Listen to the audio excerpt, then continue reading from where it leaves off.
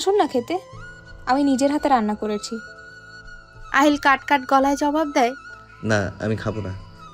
জানেন তো আহিল ভাই, আপনার মতো আমারও একটা বড় ভাই আছে। ভাইয়া নাকি দেশে এসেছে 7 বছর পর। একটিবারের জন্যও তাকে দেখতে পারলাম না।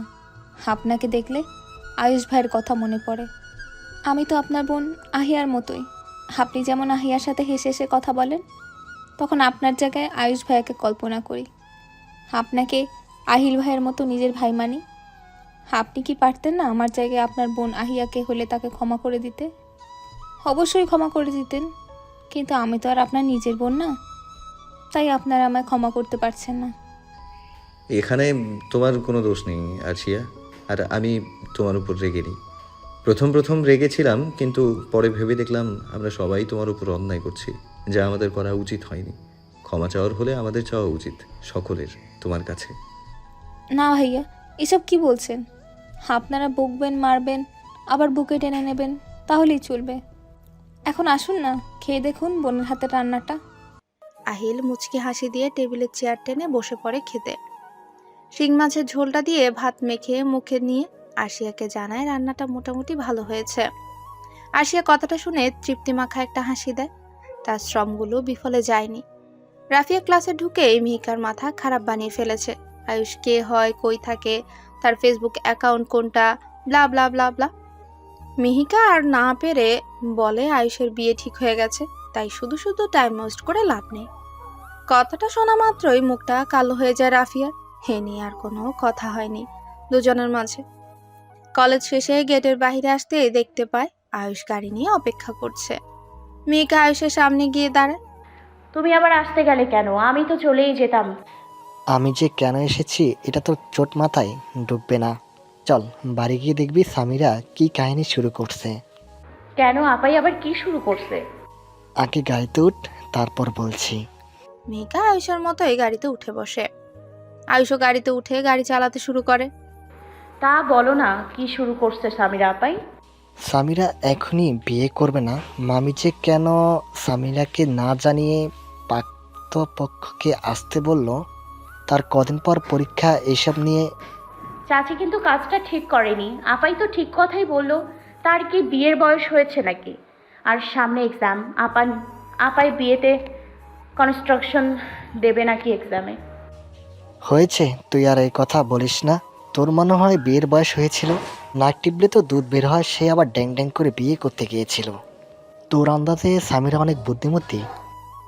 আয়ুষের কথা শুনে মন খারাপ হয়ে যায় মিহিকার। মিহিকার মন খারাপ দেখে আয়ুষের ইচ্ছে করছে নিজেকে ঠাটিয়ে চড় লাগাতে। কেন বলল সে কথা? নিশ্চয়ই তার ভ্রমর তার কথা শুনে মনে কষ্ট পেয়েছে। আর সে সবাইকে খাইয়ে দাইয়ে নিজেও খেয়ে নেয়। খাওয়া শেষে প্লেটগুলো ধুয়ে নিজের ঘরে এসে পড়ে। সাইল খেয়ে দিয়ে কোথায় যেন চলে গেছে। আরশি হাতে থাকা ফোনটা ওপেন করে ফোন গ্যালারিতে ঢুকে।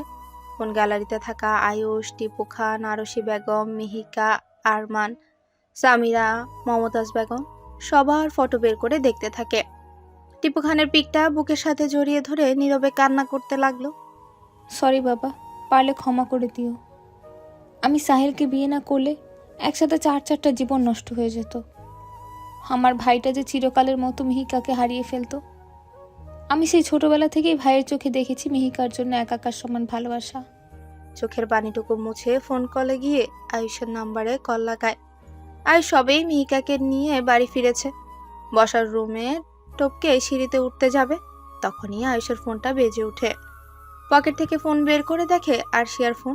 ভ্রুকুচকে ফোনের পানে কিছুক্ষণ চেয়ে কিছু একটা ভেবে ফোনটা রিসিভ করে। কি বলবি তাড়াতাড়ি বল। আয়ুষের কণ্ঠ শুনে তৃপ্তির শ্বাস নেয় আরশিয়া।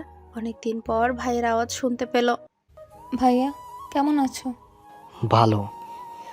বোনটা কেমন আছে সেটা একবারের জন্য জানতে চাইলে না? ভুলে গেছো তাই না? আরশিয়া নামের মেয়েটা নিশ্চয়ই ভালো আছে আশা করি। সে তো তার ভালো থাকার জন্য নিজের ব্যবস্থা নিজে করেছে, তাই জিজ্ঞেস করে লাভ কি? লাস্টবারের মতো ক্ষমা করা যায় না? বাবা মা আমার ফোন রিসিভ করে না। একবার বলো না আমার সাথে কথা বলতে। আর জীবনেও তাদের কথার অমান্য হব না। সেটা তুই এসে বলে যা। তুই এসে বললে নিশ্চয়ই বাবা মা রাগ করে থাকতে পারবে না।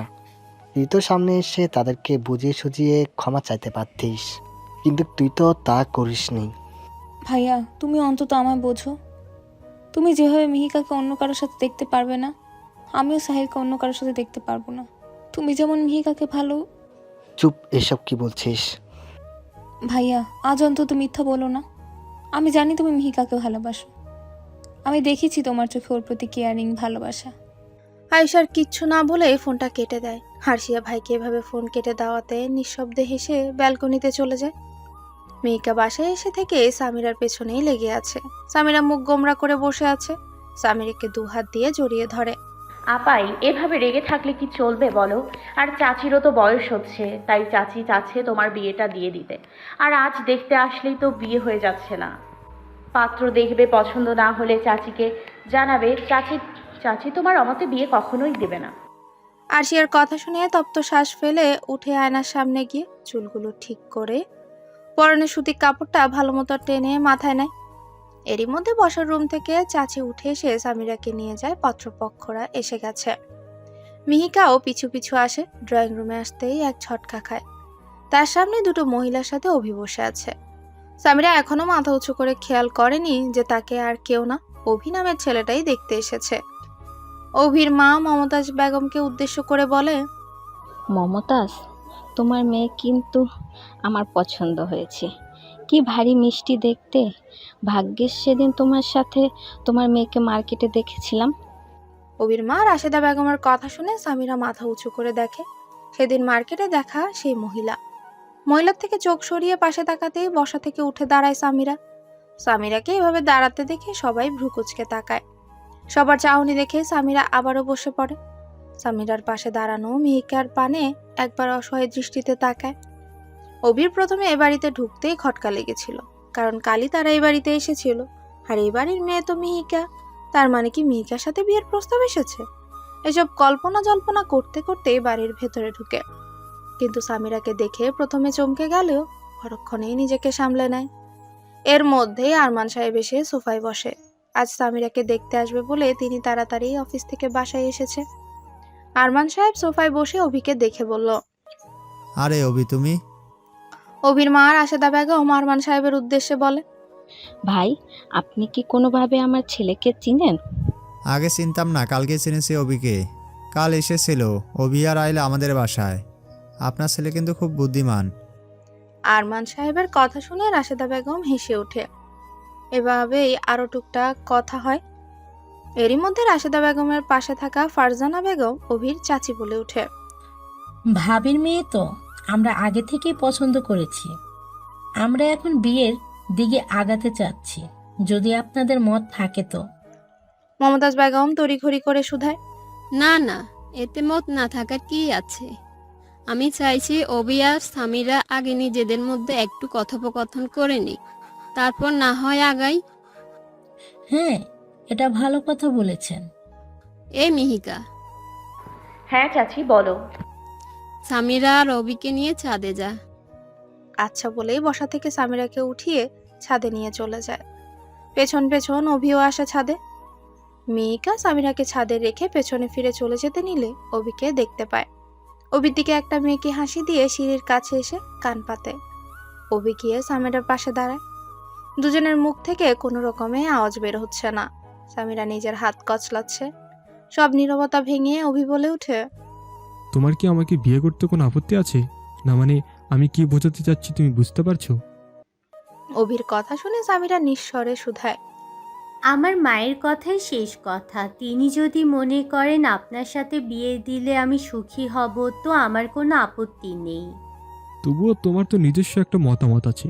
আমায় মেনে নিতে পারবে কি পারবে না, তোমার পছন্দ হয়েছে নাকি হয়নি?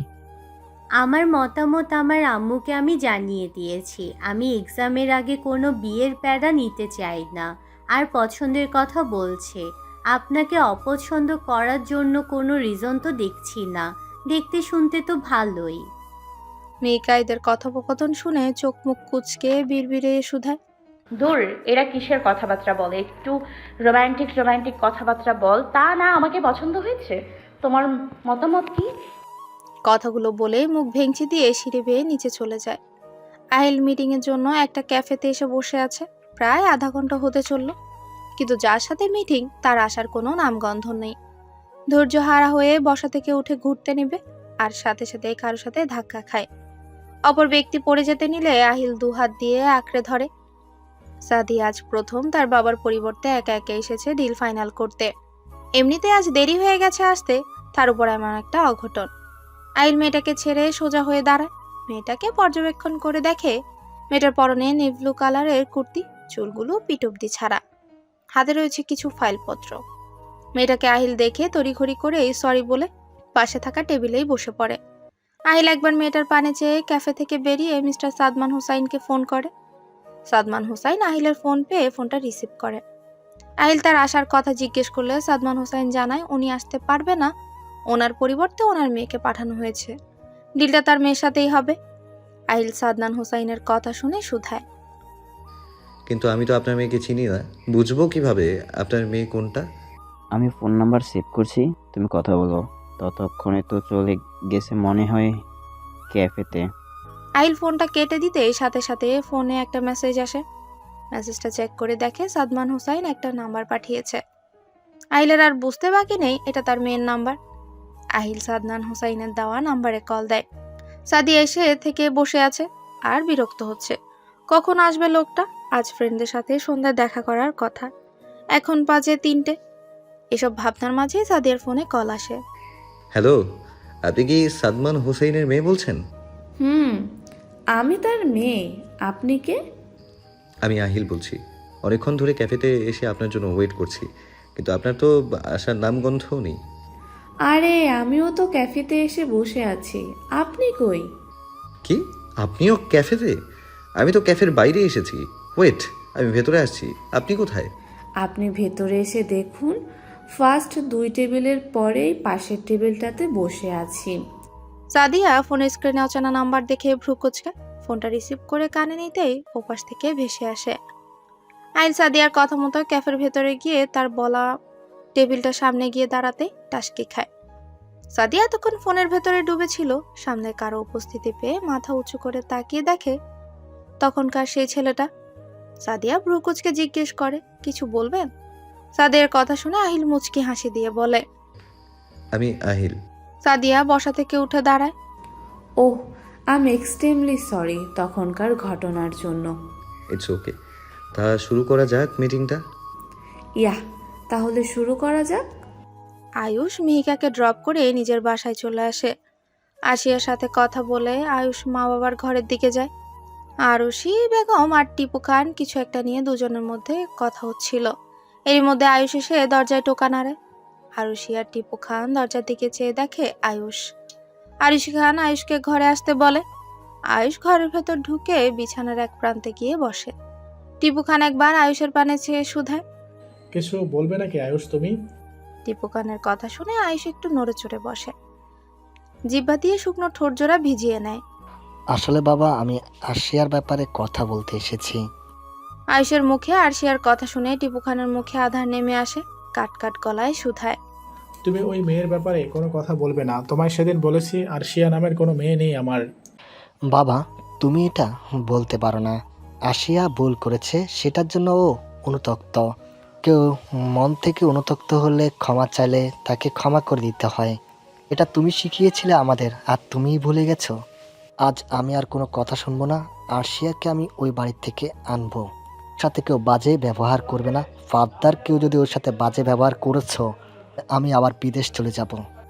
কথাগুলো বলে আয়ুষ রুম ছেড়ে বেরিয়ে যায়। সামিরা আর অভি ছাদ থেকে নেমে আসে বসার ঘরে। অভি সোফায় বসতে বসতে রাশেদা বেগমকে শুধায়।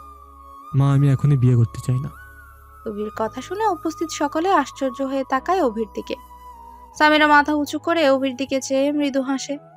সবার এমন চাহনি দেখে অভি আমতা আমতা করেই শুধায়। না মানে আমি বিয়ে করব, কিন্তু আরো 5 মাস পর। আসলে সামনে তো সামিরার এক্সাম, তাই আর কি। অভির কথা শুনে রাশেদা বেগম বলে, আমরা কি বিয়ের ডেট ঠিক করছি নাকি? আমরা শুধু আজ আংটি পরিয়ে যাব, সামিরার এক্সাম শেষ হলে তারপর বিয়ের ডেট ফিক্স করব। মাঝখান থেকে অভির চাচি বলে, দেখলেন ভাবি, আমাদের অভি এখনই সামিয়াকে নিয়ে কত চিন্তা করে। সামিরা আর চোখে অভির দিকে চেয়ে মনে মনে শখানিক বকাবকি করে। এভাবে বলার কি আছে? মিহিকা অভির কথা শুনে মনে মনে ভাবতে থাকে, বাপরে, বিয়ের আগে এমন চিন্তা আপাইকে নিয়ে। রাশেদা বেগম ব্যাগ থেকে একটা আংটি বের করে সেটা অভির হাতে দিয়ে সামিরার হাতে পরিয়ে দিতে বলে। অভি আংটিটা নিয়ে সামিরার হাতে পরিয়ে দেয়। সন্ধ্যার আগে হালকা পাতলা খাওয়া দাওয়া করে চলে যায় অভিরা। যাওয়ার আগে অভি নিজের নাম্বারটা সামিরার ফোনে সেভ করেই দিয়ে যায়। ক্যাফেতে বসে আছে সাদিয়া। অপর পাশে আহিল তাকে কিছু দেখাচ্ছে, কিন্তু সেদিকে সাদিয়ার মন নেই। আহিল কথা বলেই যাচ্ছে। সাদিয়ার কোনো আওয়াজ না পাওয়ায় সাদিয়ার দিকে চেয়ে দেখে সাদিয়া কিছু একটা ভাবছে। হাতে দিয়ে সাদিয়ার চোখের সামনে তুড়ি বাজায়। চমকে ওঠে সাদিয়া। কি হলো মিস সাদিয়া, কোথায় হারিয়ে গেলেন আপনি? আমি কখন থেকে বকবক করে যাচ্ছি। না, কোথাও হারায়নি, আপনি কন্টিনিউ করুন। আহিল একবার সাদিয়ার দিকে চেয়ে আবারও শুরু করে মিটিংটা কোনো রকম ভাবে শেষ হতে সাদিয়া উঠে দাঁড়ায়। মিস্টার আহিল, ডিলটা আমরা নিচ্ছি, আর বাকি সব কথাবার্তা আমার বাবা বলে নেবে। আমি এখন আসি। কথাগুলো বলেই সাদিয়া তড়িঘড়ি করে উঠে চলে যায়। সাদিয়া যাওয়ার পানে চেয়ে আহিল বিরক্তিতে মুখ কুঁচকে ফেলে, বিড়বিড় করে শুধায়। আহিলও বেরিয়ে আসে ক্যাফে থেকে। আয়ুষ আরশিয়াকে নিতে ও বাড়িতে গিয়েছিল। আরশিয়াকে নিয়ে ফিরতে ফিরতে সন্ধে হয়ে যায়। আয়ুষ গাড়ি চালানোর সময় হঠাৎ একটা দোকানের দিকে চোখ যায়। গাড়িটা থামিয়ে ফেলে। আয়ুষের গাড়ি থামানো দেখে আরশিয়া ভ্রু কুঁচকে জিজ্ঞেস করে, কি হয়েছে? আয়ুষ কথার জবাব না দিয়ে দৌড়ে দোকানটার ভেতরে ঢুকে পড়ে। দোকানে ঢুকে একটা পায়েল হাতে তুলে নেয়। পায়েলটা তার ভ্রমরের পায়ে দারুণ মানাবে। কথাটা ভেবেই মুচকি হাসে। দোকানদারকে বিল পে করতে গেলে কেউ থাবা দিয়ে আয়ুষের হাত থেকে পায়েলটা নিয়ে নেয়। আচমকা এমন ভাবে কেড়ে নেওয়াতে রেগে কিছু বলতে নিবে, কিন্তু অপর পাশের ব্যক্তিকে দেখে তার কথা বলার ভাষা হারিয়ে গেছে। আয়ুষ অবাক চাহনি নিয়ে তাকিয়ে থাকে। মুখ থেকে বেরিয়ে আসে, সাদিয়া, তুই? সাদিয়া আয়ুষের দিকে তাকিয়ে বলে, হ্যাঁ আমি। কি ভেবেছিলে তুমি সিঙ্গাপুর থেকে পালিয়ে আমায় না বলে চলে আসবে আর আমি বুঝতেও পারবো না? আমি না বলে চলে আসিনি, তোমার ফ্রেন্ড সাফাকে বলে এসেছিলাম। সাদিয়া তাচ্ছিল্য ভরা হাসি দিয়ে বলে, তা তুমি হঠাৎ পায়েল কিনছো, কাকে দিবে? সেটা তোমার না জানলেও চলবে। আমারই তো জানা উচিত। এক সময় তো আমাকেও দিয়েছিলে তুমি পায়েল, সাথে আরো কিছু। হ্যাঁ দিয়েছিলাম, কিন্তু সেটা আবেগে। মুহূর্তে সাদিয়া রেগে আয়ুষের শার্টের কলার ধরে ঝাঁঝালো কণ্ঠে বলে, তোমার এই আবেগের জন্য আমায় যে ক্ষণে ক্ষণে পস্তাতে হচ্ছে। যখন ভালো লাগলো আমার সাথে রিলেশনে জড়ালে, আর যখন ভালো লাগলো না ছেড়ে দিলে। আয়ুষ সাদিয়ার হাত থেকে নিজের শার্টের কলার ছাড়াতে ছাড়াতে বলে, পাগল হয়ে গেছো তুমি? পাবলিক প্লেসে কি করছো? ছাড়ো আমার শার্টের কলার। না ছাড়বো না। তুই না বলে চলে আসাতে জানিস তোকে পাগলের মতো খুঁজেছি। তুই একবার ফোন করে জানাতে পারলি না আমায়? জানানোর মতো সিচুয়েশন হয়ে ওঠেনি তাই। আয়ুষের কথার মাঝে আরশিয়া এসে দেখে কেউ তার ভাইয়ের শার্টের কলার ধরে চেঁচিয়ে কথা বলছে। দৌড়ে এসে সাদিয়ার থেকে কলারটা ছাড়িয়ে সাদিয়াকে উদ্দেশ্য করে শুধায়, আই মেয়ে, তোমার সাহস হয় কি করে আমার ভাইয়ের সাথে এভাবে কথা বলার? সাদিয়া আয়ুষের দিকে চেয়ে বলে, তা তোর গুণধর ভাইকে জিজ্ঞাসা কর না। তোর ভাই জানে আমার সাহস সম্পর্কে। সেলফিশ ছেলে একটা। কথাগুলো বলে চলে যায় সাদিয়া। সাদিয়া যাওয়ার দিকে চেয়ে আরশিয়া চেয়ে বলে, ভাইয়া, এই মেয়েটা কে রে? তোর সাথে অমন ব্যবহার করলো কেন? তেমন কেউ না, বাদ দে, চল বাসায় ফিরি। না, আগে বল, মেয়েটা যেমন ব্যবহার করলো মনে হলো অনেক দিন ধরে চেনে তোকে। আয়ুষ হেয়ালি না করে বলে, হ্যাঁ, সিঙ্গাপুর থাকতে ওর সাথে আমার রিলেশন ছিল বছর 4 তারপরে ভেঙে যায় আমাদের রিলেশন। আরশিয়া আয়ুষের কথা শুনে অবাক চোখে চেয়ে বলল, কি বলছিস তুই? তুই মিহিকাকে ভালোবাসা সত্ত্বেও কিভাবে রিলেশনে নিজেকে জড়াতে পারলি অন্য একজনের সঙ্গে? আবেগের বয়সে যখন হয়ে গেল বুঝতে পারলাম, তখন আমি নিজে থেকে সরে গেলাম। এটা আবেগ হলো? আমি এতদিন ভেবে এসেছি আমার ভাই মিহিকাকে প্রচণ্ড ভালোবাসে। এখন দেখছি আমার ভাইয়ের মনে আরও একজনের বসবাস ছিল। ছি ভাইয়া। তুই বেশি বলে ফেলছিস। এটা জাস্ট একটা রিলেশন ছিল, বাইরের দেশে এটা নর্মাল। এটা তোর কাছে নর্মাল মনে হচ্ছে? একটা মেয়ের সাথে রিলেশনে গেছিলি, এদিকে মিহিকাকেও ঠকাচ্ছিস। আর ওই মেয়ের মন নিয়েও খেললি। এই বিষয়ে যেন নিকা বা অন্য কেউ না জানে, মনে যেন থাকে। আর আমি যত তাড়াতাড়ি সম্ভব মামুর কাছে বিয়ের প্রস্তাব নিয়ে যাব। তোমাকে বিয়ে করার জন্য মিহিকা বসে থাকবে। মিহিকার সাইড থেকে তোমার জন্য কখনো সেই ফিলিংস দেখিনি।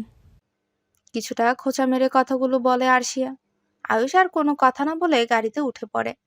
আরশিয়া আয়ুষের যাওয়া দেখে মনে মনে বলতে থাকে, হ্যালো বন্ধুরা, পরবর্তী পার্ট খুব তাড়াতাড়ি আসবে, তো সবাই অপেক্ষায় থাকো। আর চ্যানেলটি যারা এখনো সাবস্ক্রাইব করনি তারা পরবর্তী পার্ট দেখার জন্য চ্যানেলটি সাবস্ক্রাইব করে রেখো। ধন্যবাদ সবাইকে, আমাদের সাথেই থেকো।